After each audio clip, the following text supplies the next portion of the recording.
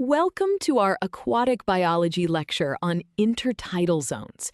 Imagine living in a house where the roof is torn off twice a day, flooding the rooms with freezing salt water and then draining completely to leave you baking in the hot sun.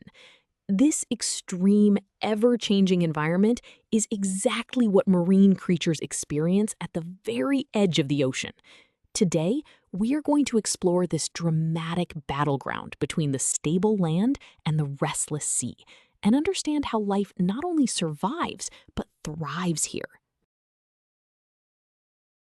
Now that we have a sense of how extreme this environment is, let us formally define it.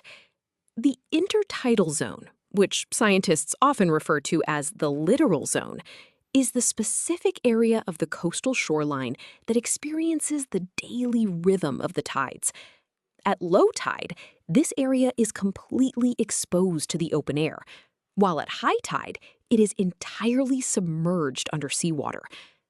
Because of this constant shifting, it represents a highly dynamic transitional boundary between terrestrial landmasses and marine ecosystems. Organisms here live in two completely different worlds every single day.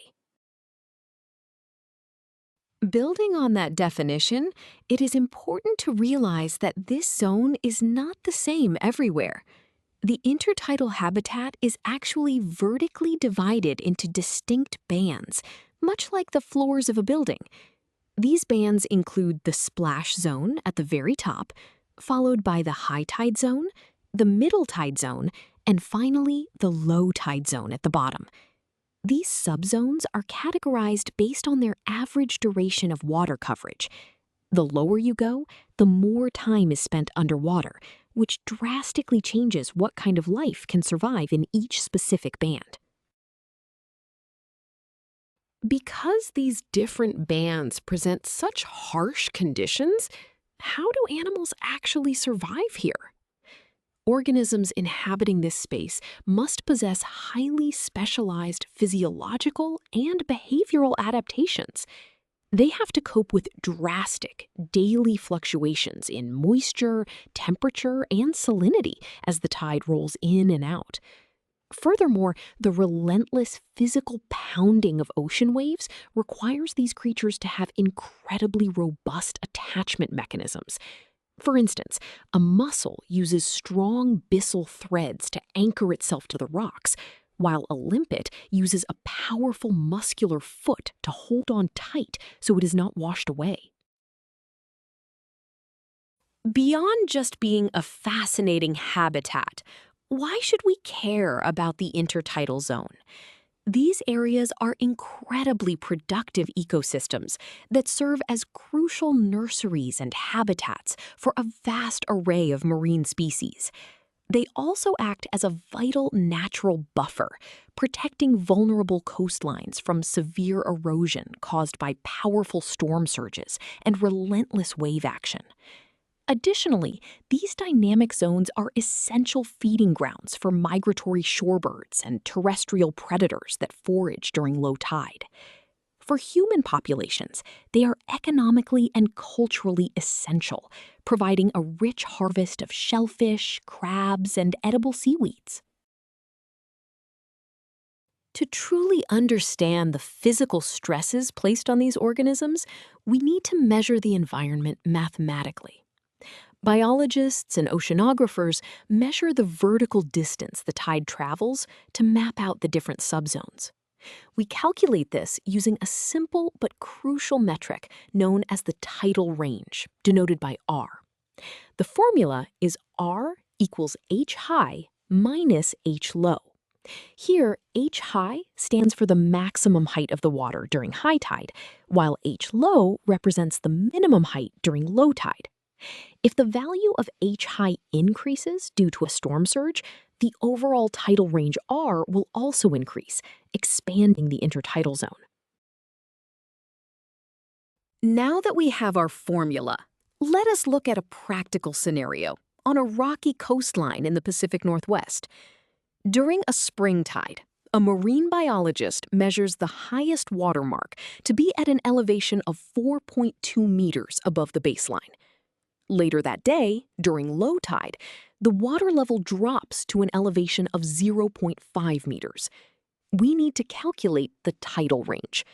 We simply substitute our given values into the equation, replacing the high tide height with 4.2 and the low tide height with 0.5. Subtracting these gives us a final tidal range of 3.7 meters. This means any organism living here must handle a vertical water shift of nearly 4 meters. While the tidal range tells us the vertical space of the habitat, it leads us to another critical factor for survival. When the tide goes out, organisms are left out of the water, exposed to the drying air and the hot sun. This physical challenge is known as desiccation stress, and it dictates exactly where a species can survive on the rocky shore. An animal that dries out quickly cannot live high up on the rocks. To truly understand the severity of the environment at different elevations, we must quantify this stress mathematically, which brings us to our next important metric. To measure this desiccation stress, we use the exposure percentage formula. This equation tells us what fraction of time an organism spends completely out of the water. The formula is E equals T exposed divided by T total, all multiplied by 100. Here, E represents the exposure percentage. The variable T exposed is the total time in hours that the specific elevation is exposed to the air during a tidal cycle. T total is the total duration of the tidal cycle being observed, which is typically 24 hours for a full daily cycle. When T exposed increases, the exposure percentage goes up, indicating a much harsher, drier environment.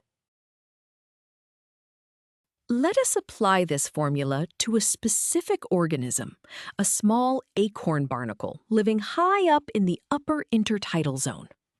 Over a standard 24-hour period, the tide only reaches high enough to submerge this barnacle for 3.5 hours. First, we must determine the total time it is exposed to the air by subtracting its submerged time from 24 hours, giving us 20.5 hours of exposure. Next, we plug this into our formula, dividing 20.5 by 24 and multiplying by 100.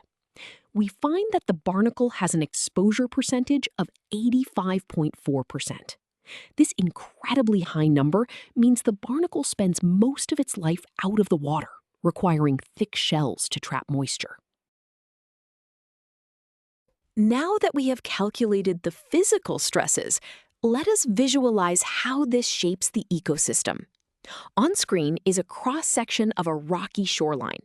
On the vertical axis, we see the elevation in meters. Notice the two critical horizontal lines, the high tide mark near 1 meter and the low tide mark near -1 meter. The space between them is the intertidal zone. Because of the varying exposure percentages we just learned about, the slope is divided into distinct biological bands. In the high intertidal zone, where exposure is highest, we see hardy barnacles. Moving down to the mid-intertidal, we find mussels. Finally, in the low intertidal, which is rarely exposed to air, we see sea stars. The math directly dictates where these animals can live. To wrap up our lecture, let us review the key takeaways. The intertidal zone is a highly dynamic and challenging marine environment, defined by the rhythmic rise and fall of the tides. Organisms living here are locked in a constant battle against desiccation, extreme temperature shifts, and the crushing force of ocean waves. By understanding mathematical concepts like tidal range and exposure percentage, we can accurately quantify the physical stresses these incredible creatures endure. Ultimately, the intertidal zone stands as a beautiful testament to the resilience and adaptability of life on the edge of the sea. Thank you for joining this exploration of aquatic biology.